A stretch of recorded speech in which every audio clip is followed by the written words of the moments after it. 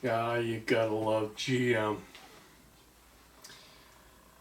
Uh, just for a little background, I was the not so proud owner of a Vega, 1971 Vega. Probably the worst car General Motors ever made. Uh, yeah. Okay. It was recalled a couple of times, but never recalled for what was really the problem with it, which was it was very poorly made and overheated. Okay. Fast forward to now. The second new car I ever bought was a Chevy Bolt. Now, I don't want to make out the Chevy Bolt as a piece of junk. I like the car. I thought there was some good design of the car. The Sport Ute thing was kind of weird, but whatever. I'm not a Sport Ute lover. Anyway, okay, it got recalled I think in November, and they said maybe there's some battery fires. Don't charge a car up above 90%. And the dealers will set this up for you if you can't figure it out. If you can't figure it out, you shouldn't be driving a car. But, okay. The problem with that Bolt, I will always believe, is the double stacked batteries under the seats. I don't think they cooled enough. Now, others may disagree. This is the way I look at it. Cooling is a huge monster on these batteries. If they don't have cooling, they will fail. Okay, so what was it, May or something? They come up and said, we have fixed the problem. We have this little software thing. Now, I told you back in November sometime when I first talked about this that they were going to have to replace these batteries. And they're going to piddle around with software repairs forever because they don't want to spend the money. Okay. So they come up with this thing in May or something and said, yeah, we have this software fix. There wasn't really a fix. It was supposed to warn the driver that there are overheating cells. I had an analyzer that I put on the Bolt that told me the voltage of all the cells and the temperature of all, the groups of cells, not each individual one. And yeah, it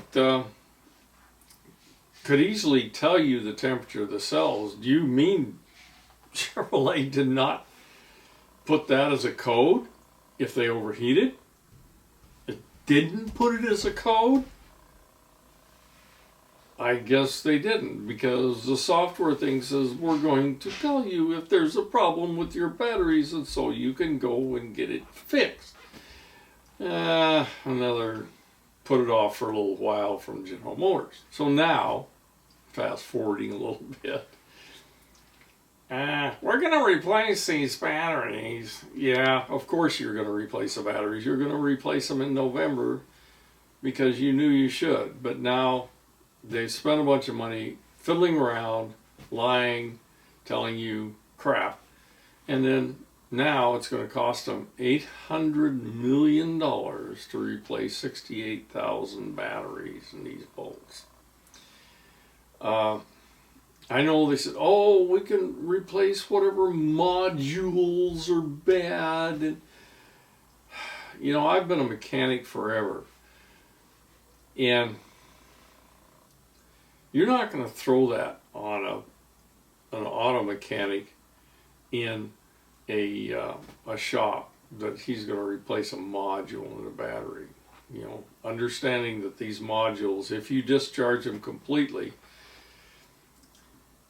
that will make them fail. They won't live very long in a completely discharged state. So they're gonna be charged. You're gonna have to work on them charged. Don't expect a tech to work on something that's 350 to 400 volts. It's not. I'm not beating up techs. Good grief. It's something you really should not expect them to be able to do. So what they're going to have to do is replace the batteries. Okay, Duh, I said that back in November. Um, they will replace these batteries. Hopefully Chevrolet will learn from this. I don't have a great of record on this. Just remember the Vega. I was recently reminded that also General Motors and their diesels, where they took a 350 cubic inch small block motor, which was one of the lightest small blocks in the world, made it into a diesel.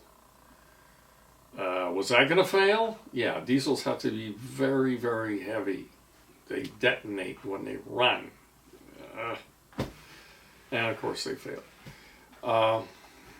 There are other things, but okay, they're going to replace these batteries. Let's hope the Bolt can be a decent, cheap electric car, because we really need that kind of vehicle out there. I thought it would have been pretty good. By the way, I own a Tesla now. Yes. Probably never going back. Anyway, that's my thoughts on that one.